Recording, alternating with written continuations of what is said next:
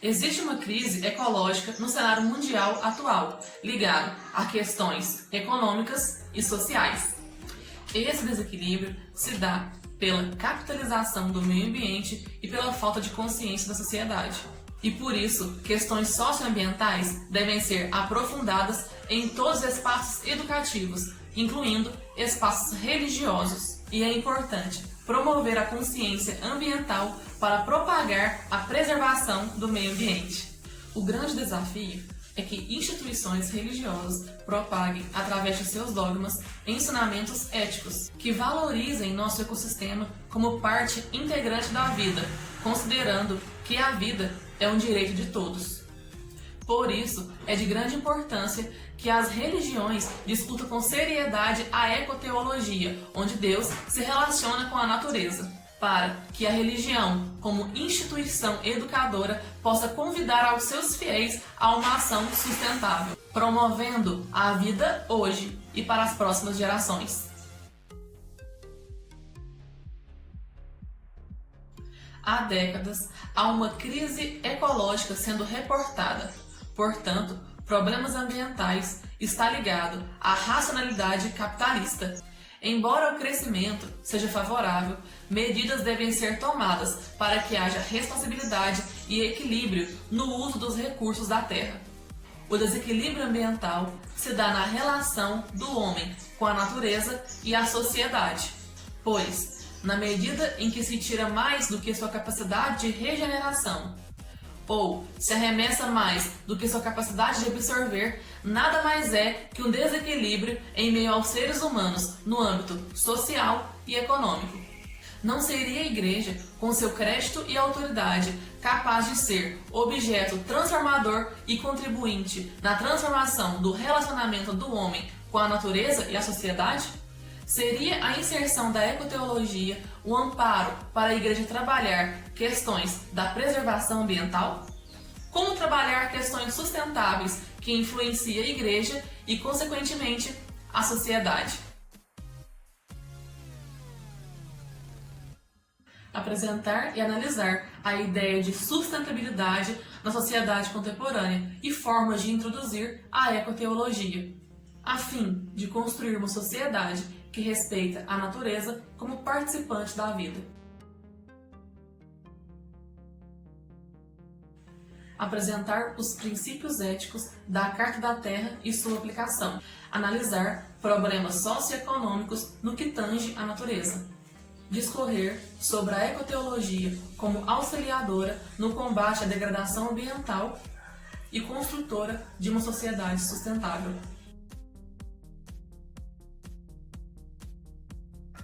O projeto integrador é de natureza descritiva. As fontes são secundárias, pois se baseia em artigos e livros que se dispõem da opinião dos autores. A pesquisa é qualitativa, pois se baseia em conceitos e ideias. O método de pesquisa ocorreu em ler e descrever a opinião dos autores com análise crítica para a solução do problema proposto. Atualmente, a ecologia é um tema bastante discutido no meio acadêmico, pouco na sociedade e ainda menos no meio eclesial. Logo, essa falta de discussão tem gerado falta de consciência ambiental e, consequentemente, um descuido em relação a todo o ecossistema. A natureza é ordenada em si mesma, portanto, toda essa desordem ambiental, como aquecimento global, extinção de espécie, degradação do solo, poluição, contaminação de fontes e rios, e entre outros, são fatores diretamente ligados à forma com que o homem se relaciona com a sociedade e a natureza. Por isso, é importante que se desenvolva a ecoteologia no âmbito eclesial, para que a Igreja convide aos seus fiéis para interagir de forma íntegra e correta com a natureza. Pois o homem e a terra não são duas coisas separadas, mas sim faces de uma mesma moeda.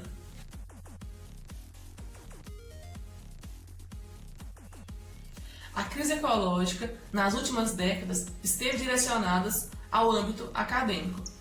com a crise ecológica, se transformou num assunto político e social.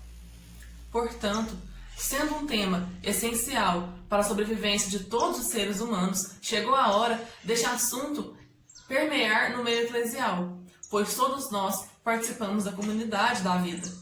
Para segmento ecológico no meio eclesial, temos a ecoteologia, que é o estudo do relacionamento de Deus com o homem e a natureza.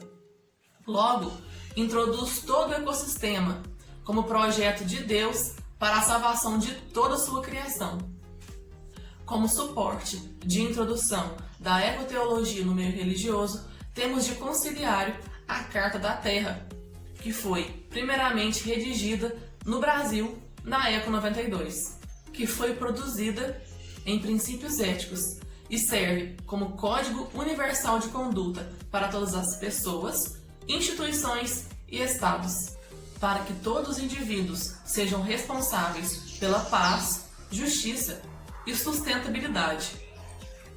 Embora a Carta da Terra fale sobre justiça social e econômica, democracia e paz, todos os assuntos estão integralmente ligados à sustentabilidade e responsabilidade ambiental, com toda a comunidade da vida e futuras gerações. Como conteúdo de relevância educacional, a Carta da Terra deve ser apresentada em todas as instituições educadoras, incluindo a Igreja, que é de aptidão instrutiva para os seus fiéis, chamando-os para a ação da preservação. Logo, agregando novas dimensões teológicas de inclusão do ecossistema como integrante da experiência salvífica, que a Igreja poderá colaborar com sua autoridade de ensino em apresentar um Deus que se preocupa em salvar toda a sua criação e, assim, influenciar aos seus fiéis a práticas ambientais. Segundo Afonso Murad, o Salmo 136 apresenta um Deus misericordioso, salvador da criação e libertador do povo de Israel, ou seja, um Deus que se preocupa com o homem e com a natureza. Murad também diz que o termo nova criação não se refere a novas espécies de plantas e animais, mas sim uma nova sociedade onde haja paz, justiça e solidariedade. Em Isaías 55, versículo 12, mostra que se o povo mudar o seu comportamento em obediência a Deus, isso também afetará o relacionamento do homem com a natureza. Logo, se o homem for justo e pacífico, o seu relacionamento com a natureza também será justa e pacífica. Portanto, a ecoteologia vem com a concepção de que o relacionamento de Deus com o homem deve afetar bondosamente a natureza e que a natureza participa do projeto salvífico de Deus. Sabemos que problemas ambientais são mais propensos em países de terceiro mundo, como os países da América Latina, por exemplo. Logo, são esses países que têm mais problemas econômicos e sociais.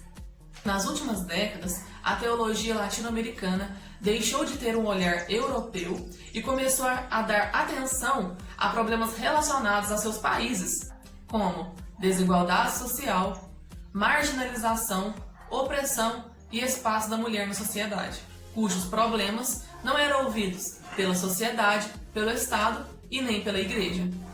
E é por isso que a teologia deve pensar os conteúdos da fé a partir da realidade local. Por isso, se introduziu nos assuntos teológicos problematizações ambientais.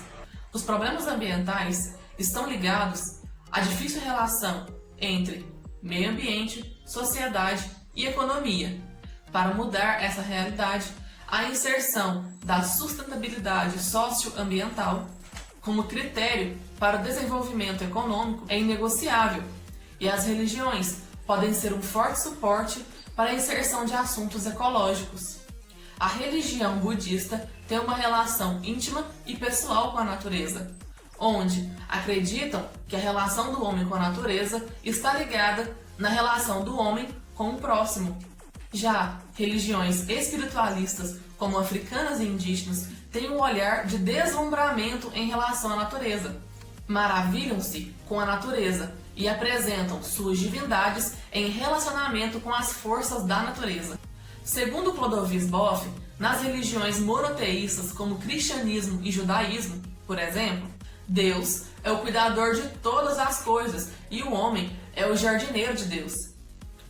Com o fim da Idade Média, houve uma separação entre a ciência e a fé, causando assim um fechamento do cristianismo apenas ao transcendente e da ciência apenas a questões acadêmicas, dentre elas a ecologia. E isso contribuiu para que a sociedade fechasse os olhos para questões ambientais. As religiões podem ser um forte contribuinte para a sustentabilidade. Na perspectiva cristã, por exemplo, podem se apresentar valores morais e éticos pautados na palavra de Deus. Como, por exemplo, em Êxodo 20, versículo 13, que está escrito: "Não matarás". Portanto, toda a vida deve ser protegida, incluindo o nosso ecossistema. Já no Novo Testamento, Jesus nos ensinava usando a natureza em suas parábolas, como, por exemplo, falava sobre os montes, lírios do campo, grãos de mostarda e as aves do céu, como modelo para nos conduzir ao reino dos céus. A teologia tem que contribuir, de alguma maneira, para o crescimento da humanidade, para que a vida seja mais vida e aqueles que não têm vida em plenitude possam tê-la.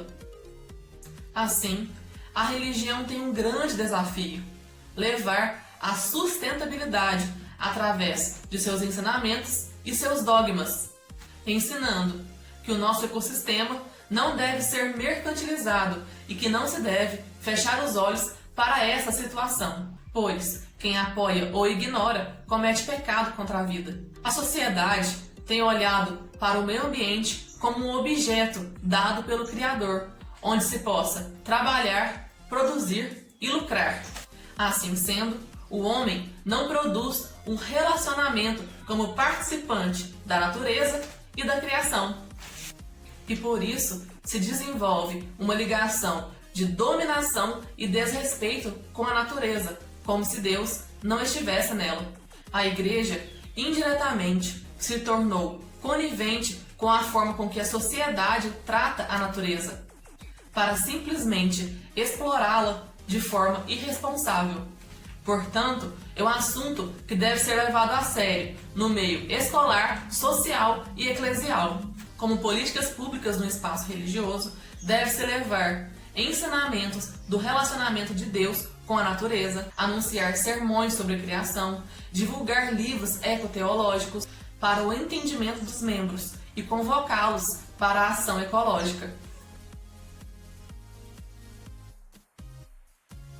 Deve-se considerar que a Terra faz parte do projeto de Deus para a salvação de todos os seres vivos. Portanto, ela deve ser preservada e cuidada em todos os seus aspectos, como se descreve na Carta da Terra, aspectos que são esses voltados para a sustentabilidade, pois todos fazem parte da comunidade da vida e são interdependentes e interrelacionados, devendo então funcionar de forma integrada para o bem-estar de todo o planeta. Nesse sentido, todas as religiões devem promover ensinamentos práticos, éticos e ecológicos, para que seus membros, sendo participantes da sociedade, de forma a promover mudanças socioambientais no sentido de desenvolvimento de toda a criação em sua plenitude.